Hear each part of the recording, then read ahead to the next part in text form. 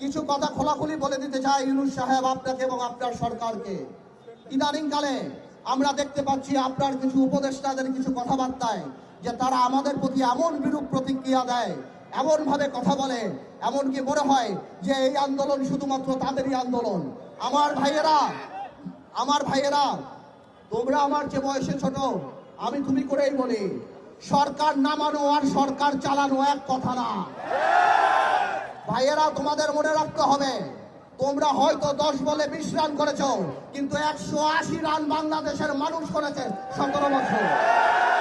তোমাদের এই অশ্রদ্ধা, তোমাদের এই কথা বলার ধরন দেখে আমাদের মনে হয় যে তোমাদের মধ্যে ইচ্ছা, আশা, আকাঙ্ক্ষা জেগেছে যে তোমরা নির্বাচনে করে এই সরকারে থাকবা। আমার কোনো অসুবিধা নাই, তোমরা দল করো, তোমরা নির্বাচন করো, কিন্তু কোন দলকে ক্ষমতায় আনার জন্য নির্বাচনকে কোনোভাবে বিলম্বিত করা যাবে না।